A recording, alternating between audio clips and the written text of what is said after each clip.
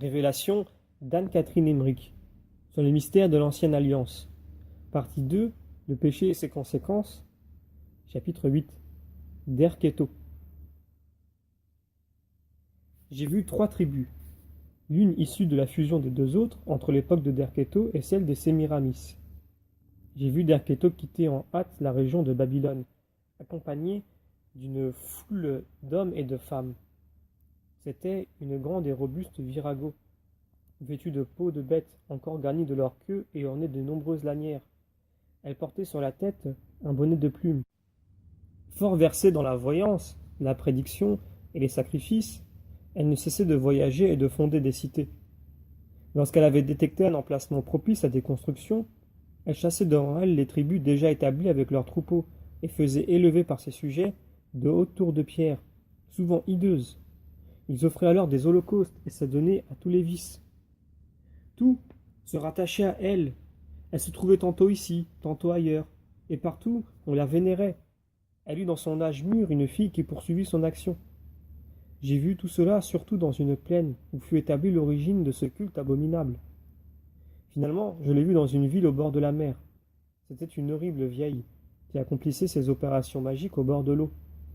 Elle se tenait devant tout le peuple, dans un état de transe diabolique, et annonçait qu'elle voulait se sacrifier et mourir pour le salut de la cité.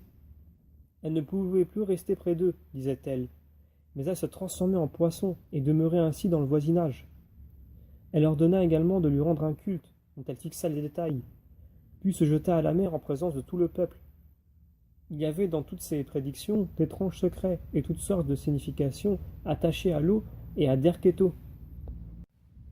Alors une petite note au sujet de Derketo.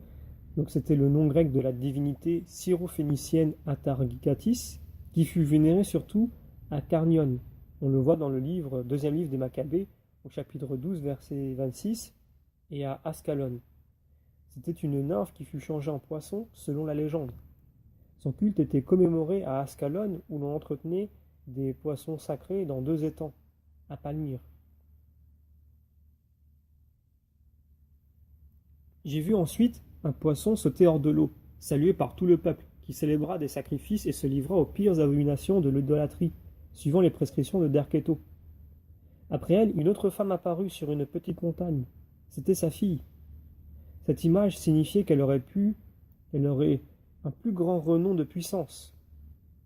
J'ai vu cette fille adonnée à toutes les erreurs propagées par Derketo, mais c'était encore plus impétueux et sauvage. Elle organisait de grandes battues sur des centaines de miles, traquant les fauves, célébrant entre-temps des sacrifices, s'occupant de magie et de prédictions. Elle fit bâtir partout des cités et organisa des cultes idolâtriques. Je la vis mourir noyée, alors qu'elle chassait un hippopotame. Sa fille, Sémiramis, m'apparut sur une haute montagne, entourée de toutes les richesses et de tous les trésors de la terre, comme si le diable les lui montrait et les lui offrait. Elle instaura toute l'abomination à Babylone. De telles prédispositions se retrouvaient dans beaucoup d'hommes, mais à l'état latent. Au cours des premiers âges, par la suite, elles s'affirmèrent avec violence chez certains personnages, qui devinrent alors des chefs et furent considérés par les autres comme des divinités. Ils établirent à partir de leur illusion toutes sortes de cultes païens, réalisant de surcroît des œuvres d'art, faisant des découvertes et déployant leur puissance partout, car ils étaient animés par le mauvais esprit. Ils furent à l'origine de lignées de tyrans et de prêtres, qui ne furent plus tard que des familles sacerdotales. Dans les temps anciens, j'ai vu qu'il y avait plus de femmes que d'hommes de cette sorte, et elles étaient partout en proie à des transes dans lesquelles elles prophétisaient et agissaient. Beaucoup de ce que l'on rapportait d'elles n'était qu'une relation incomplète de leur vaticination extatique ou magnétique. L'histoire de leur origine, de leur exploit, de leur vie était relatée soit par elles-mêmes, soit par d'autres somnambules diaboliques. Les Juifs aussi se livraient, en Égypte, à de nombreux cultes secrets. Mais Moïse les extirpa. Il fut le voyant de Dieu. Toutefois, beaucoup de ces mystères furent conservés par les rabbins qui se les transmirent comme une science secrète réservée aux lettrés. Alors une petite note à ce sujet, il s'agit en fait des origines de la Kabbale juive, matrice diabolique de toutes les sciences occultes de la franc-maçonnerie.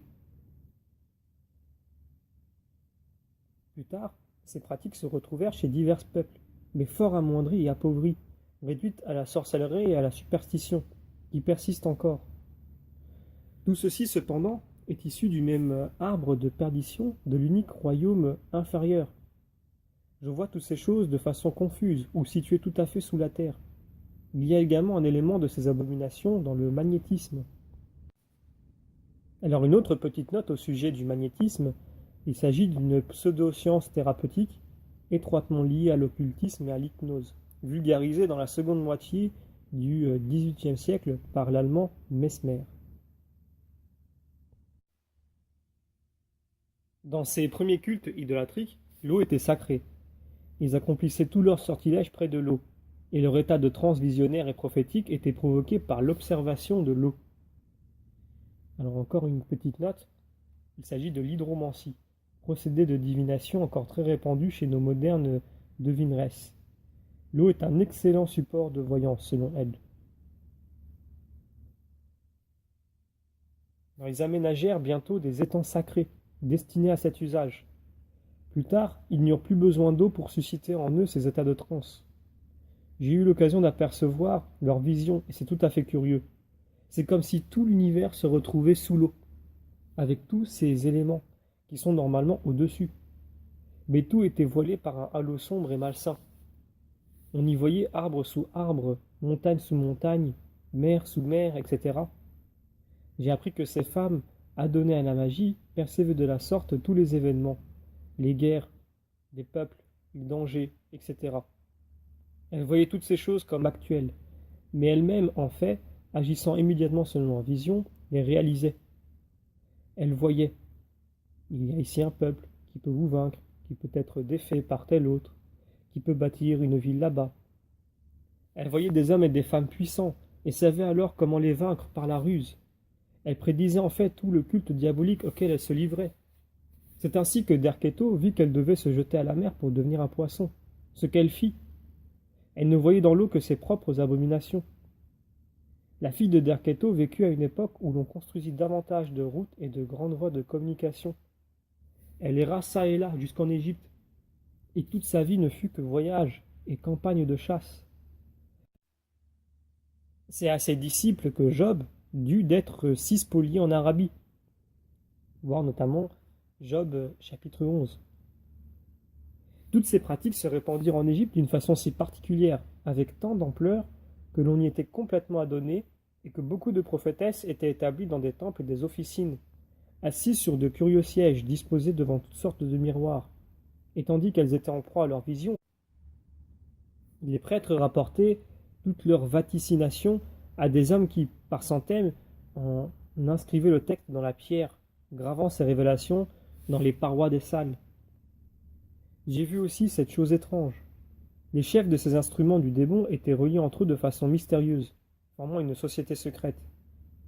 Par ailleurs, dans des endroits très différents, diverses personnes se livraient aux mêmes abominations, toutes très proches les unes des autres. Les seules différences tenaient à des particularismes locaux et aux intérêts mauvais propres à chaque peuple. Certains peuples, toutefois, n'étaient pas aussi pervertis et corrompus par ces horreurs. Ils étaient plus près de la vérité.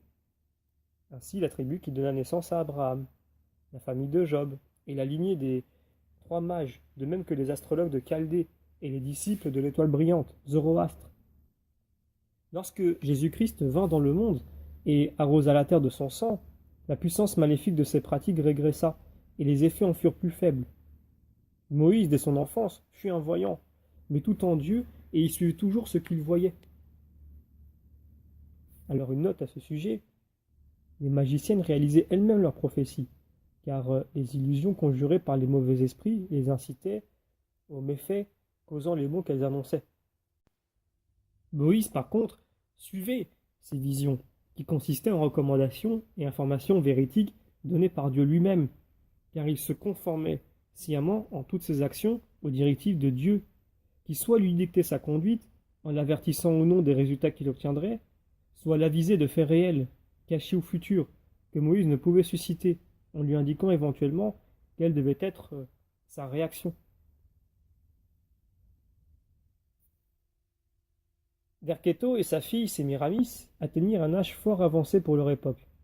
C'étaient de grandes femmes, robustes et lourdes, qui nous feraient presque peur à l'heure actuelle.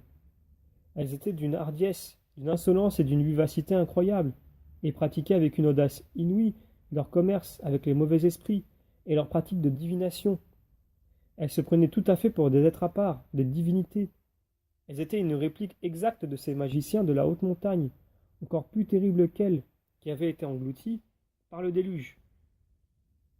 Il est émouvant de voir comment les justes et les patriarches durent lutter et souffrir au milieu de ces désordres effroyables, malgré de nombreuses révélations qu'ils recevaient de Dieu, et comment le salut emprunta des chemins cachés et laborieux pour s'épanouir finalement sur la terre, alors que toutes ces pratiques diaboliques proliféraient et s'étalaient au grand jour.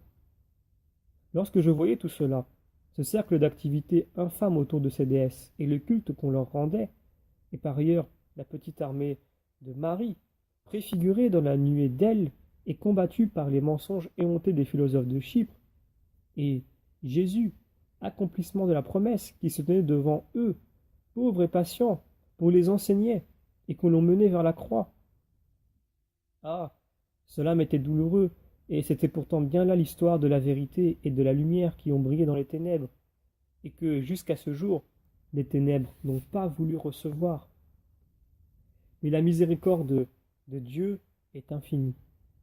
J'ai vu au cours du déluge beaucoup d'hommes se convertir sous l'effet de la terreur et de l'angoisse et aller au purgatoire, d'où Jésus les tira lors de la descente aux enfers.